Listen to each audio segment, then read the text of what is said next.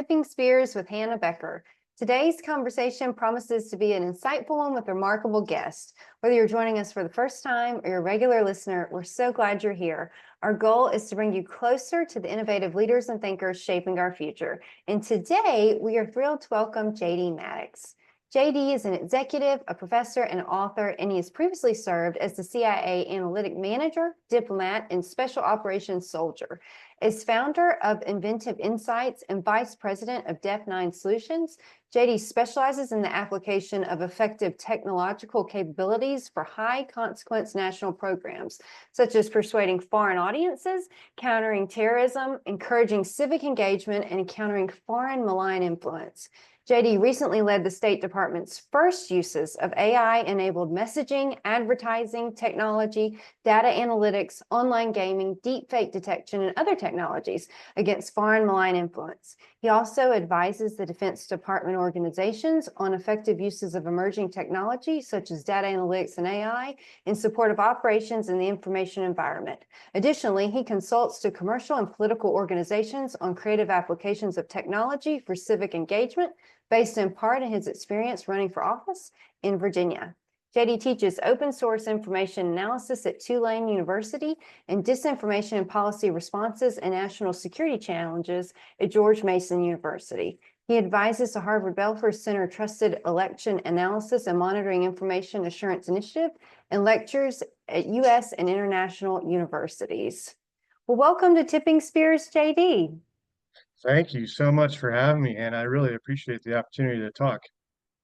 Yeah, well, I wanted to start off today with kind of the first question of where does your story begin? Well, great question. I have a really unique background, I think, at least in terms of how I got involved in this whole uh, issue. So I grew up as an Army brat. My father was a U.S. Army general, and he was in charge of all of the Army in Europe. And so I spent a great deal of my childhood living in Germany. And at the time, we would play among the old Nazi ruins, and that was our playground. And I remember very vividly, multiple occasions playing in the Nuremberg Stadium. This is where the Nazis would have their nighttime tattoos, their torchlit tattoos, where they would bring together all their troops and mass, and really powerful propaganda and persuasive activities going on there. But the place itself is really an interesting background story, and it has direct implications for this issue. So the stadium at Nuremberg and the place where Hitler himself would stand during these events was actually built to replicate a temple at Pergamon, an ancient Greco-Roman temple at Pergamon that the Apostle John once called the seat of Satan. And the temple at Pergamon had this amazing frieze on it that was called the Gigantomachy.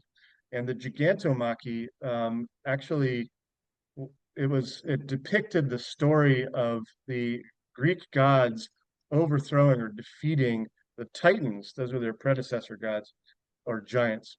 And that depiction was intended to justify the predominance of that Greco-Roman culture in Pergamon. Well, the Nazis essentially replicated the temple at Pergamon for all of these Nazi propaganda events in Nuremberg. So it was extraordinary to be a kid playing among these ruins and sort of seeing and feeling what was happening back in the 30s and 40s in Nazi Germany, and getting a sense for the propaganda that was compelling the people of Germany to this Nazi mindset. Well, I had other inputs in my life, right? And there were competing narratives for me. And the most compelling narrative that I was experiencing was in exact opposition to that Nazi propaganda that I was seeing firsthand. And that was, I would occasionally get to have conversations with Holocaust survivors. And these Holocaust survivors would come and talk to us about their experiences being, tortured and Yeah. captive by the Nazi Empire. And they would show us the numbers on their arms. And Mhm. to me, that was a much more powerful narrative and a much more justified narrative than the Nazi narrative.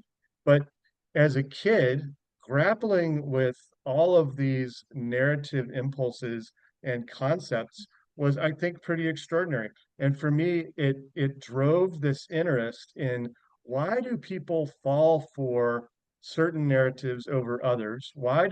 How do governments and organizations compel people using narrative? And what are our defenses against it when those narratives are unjustified? So that is a dark story, and I think pretty unusual. But to me, it really informed the way I look at all these issues. Yeah, it's really a powerful visual, JT, to kind of hear your experiences. And I mean, you're really, boots on the ground in such formative years and seeing the different, um, just kind of the different influences and those pivotal moments in history. It's very enlightening. So Wow. you got, you became an adult, you had to pick a career. What sparked the interest in the military and government, for you, kind of how you built on that intrigue with the power of kind of narratives? Yeah. So I was when I was born, the legend is, according to my dad, a long time ago, he said that I was enrolled at Virginia Military Institute as a Oh. newborn. I don't know if that's true or not, but I chose a different path. I decided that I wanted to be a writer or have some sort of Mhm. humanities focus. So I went to a place called St. John's College, and Mhm. that it is well known as what's called the Great Books School. So at St. John's College, you study all the great books, beginning with Socrates all the way through Einstein, hard math, applied sciences, but also all the literature and philosophy that you could possibly handle as a human being. And so, in the process of that, I got to read the fundamental Western canon. So I got to understand, what was Aristotle's position on happiness and truth. Mhm. What was Jesus's position on happiness and truth, and then what was Sartre's position on the same, and seeing uh, that those concepts changing over time, and seeing that constant dialogue among those Western books and Western thinkers really informed the way I was looking at the world. And so I was very interested in a career that would allow me to understand truths and Mhm. to understand narratives. And so after St. John's College, I went into the U.S. Army and chose the psychological operations occupation as my specialization, and I loved it. And that was sort of the stepping stone, either upward or downward, I'm not sure, toward multiple other experiences in this long career of mine. So was there a particular, event or person that kind of served as a catalyst for your career? Yeah, I think it's probably similar to a lot of other people's catalytic experiences, and that is the experience of September 11th, Mhm. 2001. So, I had already been part of the government. I was already inside working in special operations functions. But 9/11 happened, and it required us all to completely refocus the way we were functioning in the world, and relook at our adversaries and relook at all that. But the challenge, I think, for those of us who were in the information operations business or even interested in it, was to understand, what are our adversaries, our new adversaries, motivations? Mm. How are they viewing the world? What are the basic building blocks of that world view, and how do we confront it? How do we counter it? And so this required everyone, not just me, but everyone who was in this business, to understand Wahhabism and to understand the origins of current jihad and how Mhm. it came about. And what were the radicalizing factors behind these organizations, and how do you counter that? So to me, that was a fundamental shift, and we dug deep, and that required us. By the time 9/11 rolled around, I was already in special operations or in an equivalent for a different organization. And eventually I joined the Central Intelligence Agency, where we Mhm. were focusing intently on these problems, and had incredible minds working on these problems, trying to understand the issues and the solutions. So every journey, has its hurdles. Can you tell us what some of the biggest obstacles were that you faced in your career and kind of how you overcame them? Sure. I think for me, like the hardest thing that I went through early in my career was my experience deploying to Iraq in 2003. Hmm. So I've written about this, and it's on it's on my sleeve, right? I'm Hmm. very open about it, but I was I think, along with many other people, really on the fence about why we went to Iraq and invaded Iraq. But when I got there, I had to fully commit. You don't go to Hmm. a war zone without fully committing. So I was in it, and I wasn't going to mess around. And I ended up at Abu Ghraib prison, Hmm. notorious prison where terrible things happened. There was torture committed. I did nothing of the sort, but I was required to interrogate prisoners there and to understand. My role there was to try to find weapons of mass destruction. Didn't find Hmm. any, but along the way, I had to interrogate prisoners at Abu Ghraib prison to try to understand what their role was in the process, the WMD process that existed in Iraq. And in the process of those interrogations, it became very clear to me that this construct, this narrative that had enabled this war in Iraq, was illegitimate. It was mischaracterized, and poor Colin Powell was duped, and horrible backstory to this war. And that experience at Abu Ghraib, seeing firsthand, you know, the depths of where we went with the war, and the false narrative that was built around that war, really made me have to question, what are we doing as a nation? What is my role? What is ethical in Hmm. for an individual's participation in warfare, and in knowing the origins of warfare? And these, I think, are fundamental questions everybody should be asking. Probably Hmm. smarter people than me are already asking them, but it required this experience kind of required me to second guess everything that I had done in my career, and second guess everything that would come after that. So today, what are your top concerns around national security? I know that's a broad topic, it's a hot topic, everyone's got an opinion on it. But for you, what is it that kind of keeps you up at night? What is it that you're tracking on that you think is a big deal in terms of national security 2025? Yeah, that is a huge topic. You could go in all sorts of directions. The grand national security structure is moving right now. So Mhm. the new focus is on our border and China, and new adversaries, and moving away from the Russia issue, Mhm. uh, and that's a decision that has been made, and that's beyond my ability to influence. But what I'm seeing, and that what really concerns me, is that uh, the concept of war itself is shifting. So our adversaries are increasingly prioritizing the use of information and Mhm. influence activities to create the conditions for warfare that benefit them. So the Russians, for example, create uh, opportunities for referendums in countries that they want to annex. Mhm. China conducts lawfare in order to justify their activities in the South China Sea and their territorial aspirations against Taiwan and their incursions into the Philippines territorial or EEZ. And so, those are those those tactics, operations and tactics are a really significant shift.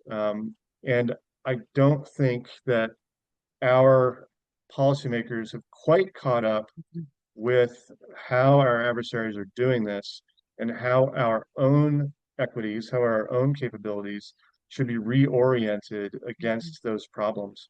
So if we are going to confront China, for example, we need to not just confront them on kinetic terms, on potential violent warfighting terms, but on the terms of lawfare that China has already been setting up. We need to confront their justification of the war, their potential war against Taiwan or accession of Taiwan, and we need to shut down these referendums that Russia manages to build and conduct in those areas long before they take effect.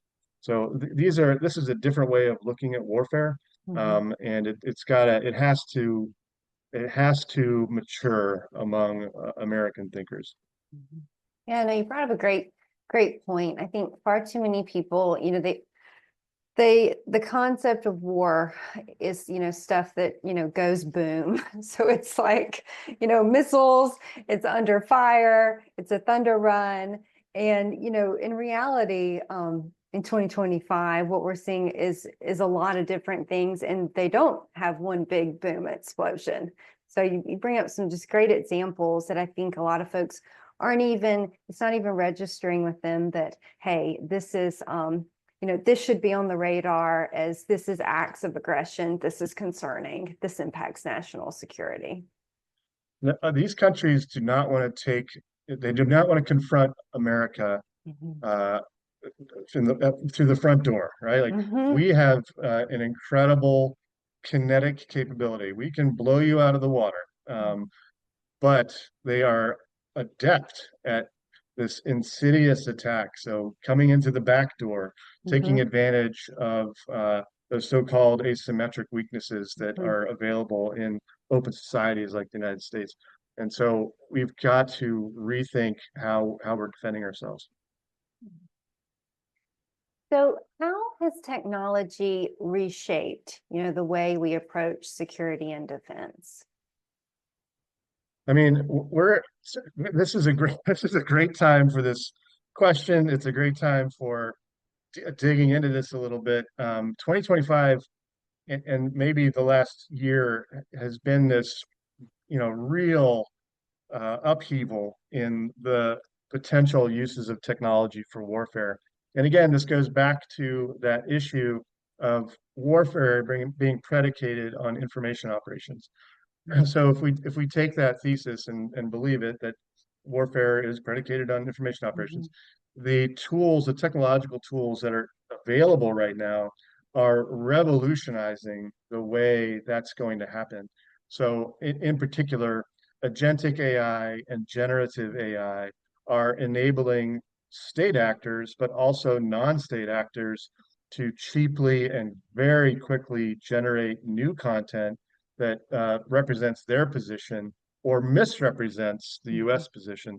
And so that opportunity, a new opportunity for deception through technology, and that new opportunity for misdirection through technology is extraordinary. So, to be a little more specific, the tools I'm worried about are these, especially the agentic AI that I can today turn on agentic AI and I can look at an individual's online profile, and if I'm lucky, I'll find a phone number or some personal links and familial links. I can train that agentic AI on that person's online profile and those numbers, and I can ask that agentic AI to construct an attack on that person, a character attack, and not just directly go after that person, but expose that attack to the entire world through social media. Using just that agentic AI, and I can do that anonymously.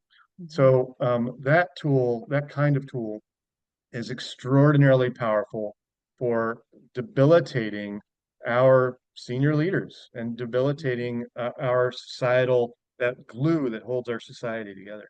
Because if we start to distrust each other, if we start to, you know, not have faith in our leaders or not have faith in these characters who are being attacked, you know, that's a real problem. So again, if information operations is predicating these violent actions, these violent warfare, then we have to take these new technologies very seriously. Yeah, it's so pervasive. I feel like people aren't really aware just how pervasive so much, manipulative information, manufactured, disinformation is out there, and kind of the targeting ability with that. If you think about like the past 5, 10, 15 years in terms of capabilities, which you brought up a great point, how, state and non-state actors, really anyone that wanted, had very basic skills could just go on and create kind of realistic content and distribute it out at scale that we never thought about, 15, 10 years ago. Yeah, when I was at the State Department, I would regularly work with the National Security Council, and we would constantly joke that this was almost a decade ago, right? So Yeah. we would constantly joke that the Russians, in particular, were boiling the frog, the American frog. Yeah. Well, it's been 10 years of boiling. We are pretty much boiled. Like the conditions are set for really weakening of the structure that we depend on through Mhm. these technologies. Mhm. Yeah. It's definitely kind of a next level in terms of capabilities. It happens so fast that boiling the Yeah, frog didn't go as slow as I think we'd all hoped. yeah, exactly. Yeah. So can you explain what, influence operations are and kind of like how it can impact societies, governments, just in case, someone on here isn't up on IO, and it's just maybe more familiar with kinetic forms of warfare. Can you kind of give some background about what IO, is, how it works? Yeah. This is a really so I can go very quickly into sort of this policy wonk, doctrine wonk area. I don't want to do that. I think the Department of Defense, especially, is really hyper focused on terminology and Mhm. doctrine. And that I understand that they have to have a way to clearly communicate and to provide orders and to validate information. Makes total sense. But that sort of real dependence on structure and terminology, I think, can be to the detriment of really effective operations in the space. But in any case, the current terminology that's being used in this space is operations in the information environment, and that term is intended to encompass all of the capabilities that are available to persuade, to influence, and to inform audiences with the intent of conveying and compelling the U.S.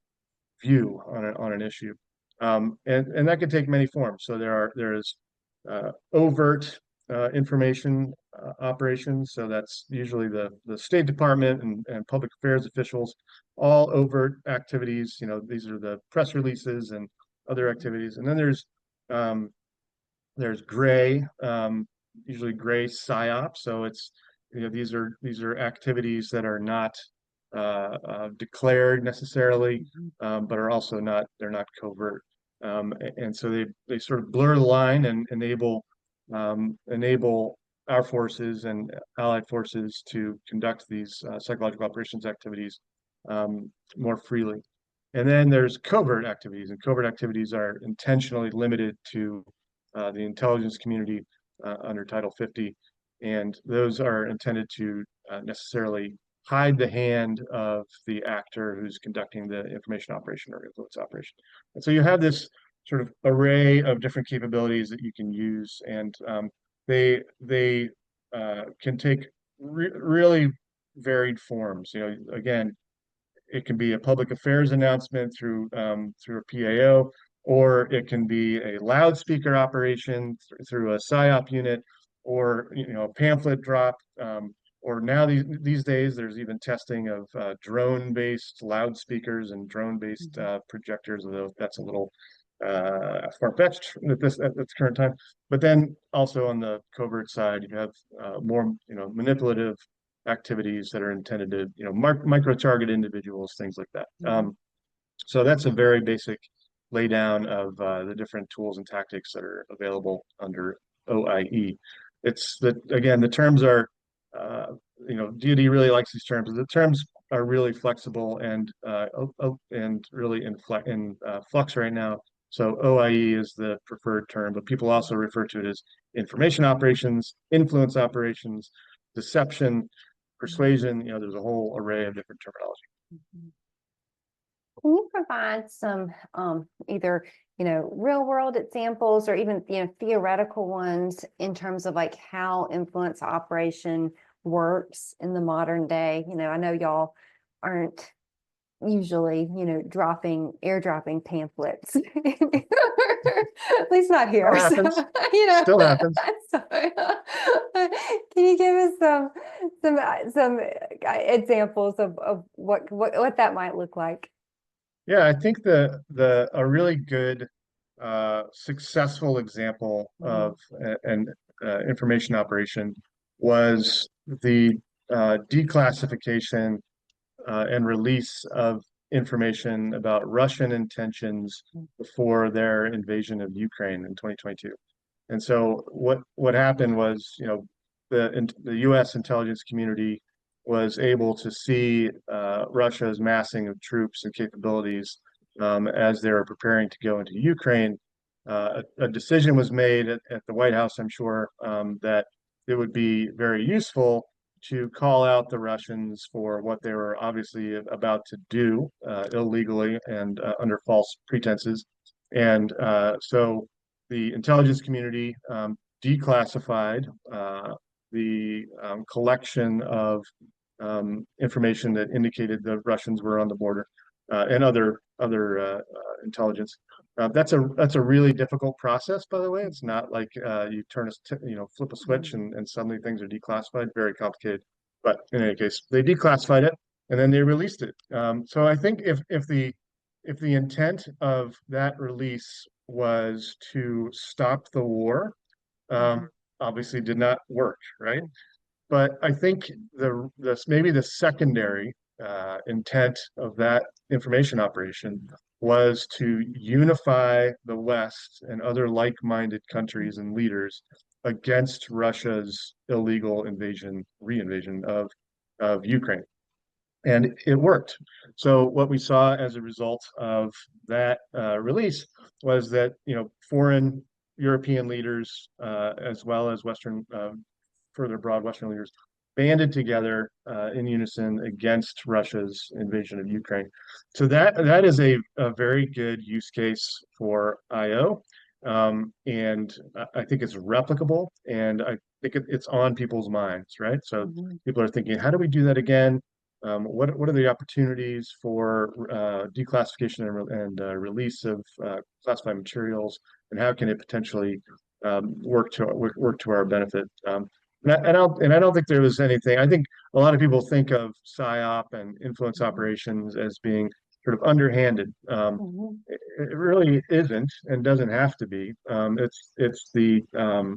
It's intended to compel an audience to do something that you want them to do, but it can also be to their benefit as well. So that's an example. Yeah, that's a great example, JD. So trust is a key component kind of in the fabric that weaves, communities, societies together. And I know trust is an element in terms of influence operations that you're gauging, you may be looking at. What's the status of societal trust in the US? And then how does this impact our national security from your standpoint? Yeah. So this is a sticky, difficult issue to jump into, but I'm going to do it. I'm unafraid of. I mean, I've talked about it in the past. I'm engaged in this issue of trust, especially trust in media, trust in information. I work with Harvard and other organizations on on this issue. There's a former acting director of INR, the State Department's intelligence office, who's engaged in something called Trust in Media, Tim, that is intended to work through this issue. So I'm working on that with her. In any case, I think that we can roll back and look at this generation's experience and think through some of the moving parts that have gotten us to this place today where we have declining trust in our media, trust in each other. And so, this generation experienced some pretty profound moments where it had to question the leadership of its own country, and the processes and systems that we rely upon. So, two of those major events were, the Bill Clinton Lewinsky affair that made us all question, what is the sitting president doing, lying to us in this deposition, or avoiding the truth in this deposition. And that I think had a profound effect on people's view of political leadership in the United States. And then at the same time, around the same time, you had this the problems in the Catholic Church with sexual assaults and the fallout from that. And so that had us as Americans questioning these systems and these very important institutions that we've relied upon for generations, for their leadership and for their sense of what was righteous and what was valid for the society. So those kinds of experiences were profoundly effective on people's mindsets. And then what happened almost at the same time was this initiation of social media, which enables and almost rewards misrepresentation, overinflation of credentials, and outright lies, and misdirection. And so, you've got this sense of sort of societal distrust as you're going into, as a new technology enables new communications in a way that we were totally unprepared for and is totally unedited. And so we've had to grapple as a society with these extraordinary changes to the way we understand our institutions, but also how we interact as a society. But we have not come to grips yet with how we reorganize ourselves as individuals, as institutions, and how we deal with these technologies and new questions about institutions. And then, we've entered this new phase of politics that appears to be even more toxic. So, we have less and less trust in our politicians, less and less trust in our media. This is not me saying this. This is, based on polling and other data. So, so that declining trust has extraordinary impact on our belief in a unified system. It has a real impact on whether we as Americans believe in a sense of national Americanism. What binds us? Why do we believe that our neighbor believes the same thing as us? These we're full of questions, and we're not necessarily full of answers. So we're in a tough spot. And so when a senior leader in the government tells us there's a threat, or there's a fact of a threat on our border, or a threat overseas, we question it. Everybody questions it, and there's less resolve against these problems than there ever has been, I think. So that societal trust needs to be reformed, and there has to be, I think, technological solutions to it, but also political and social and even religious solutions to it. So a very complex problem, hard to sort of find it and represent it as a cohesive issue, but it is essential to how the United States is going to function over the next generation.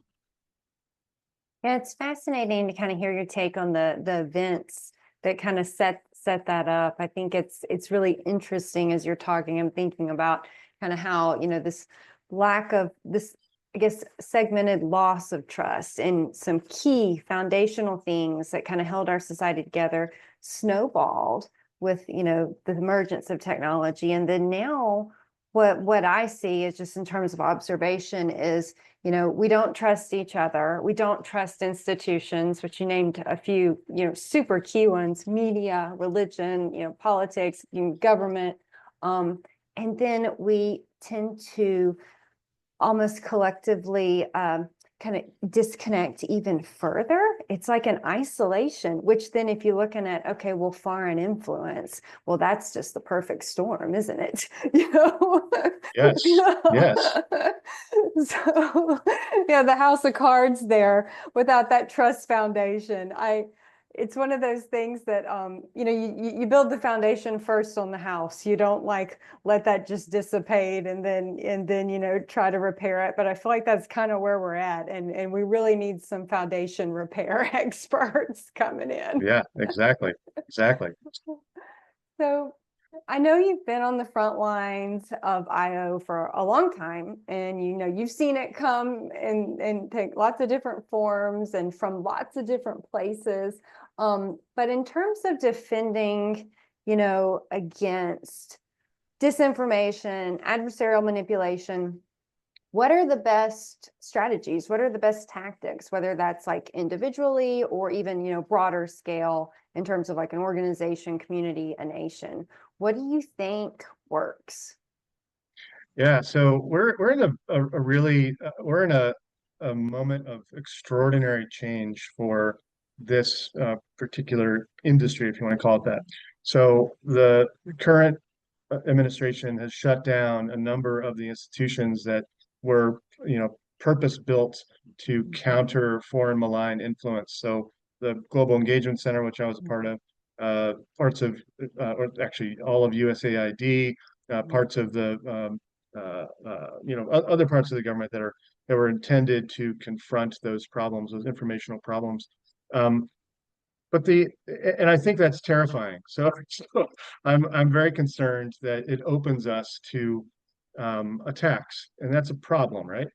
But I want to be fair with this issue, and I think we have to look at it from different angles, and we have to acknowledge that the administration's position on this actually does make some sense. I don't like that they shut down those organizations, but I do like what they're thinking of doing in this space, which is that in order to confront your adversaries, you the defensive mechanisms should be secondary to offensive mechanisms. So in order to really confront your adversary, you have to have your own narrative.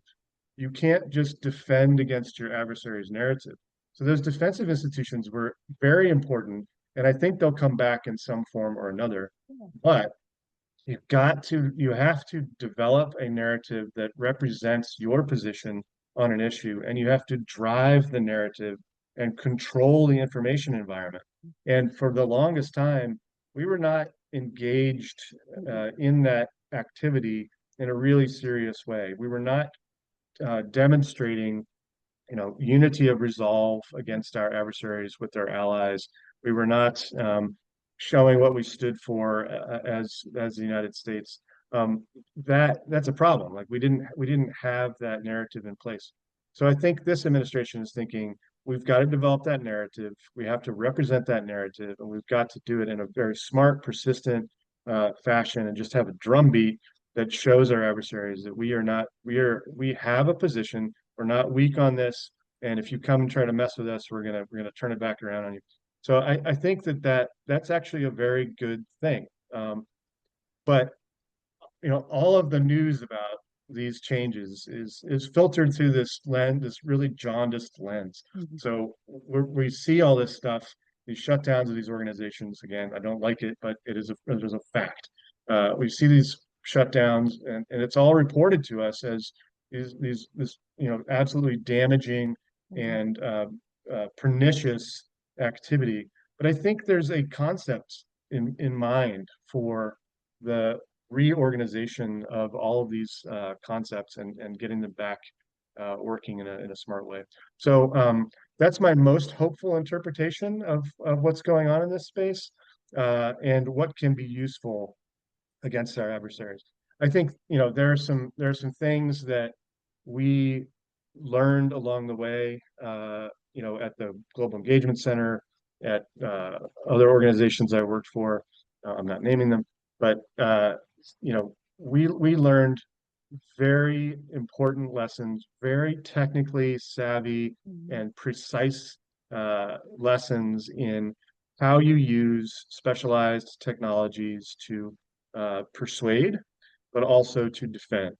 So we put into use technologies like uh, gamification of inoculation against disinformation.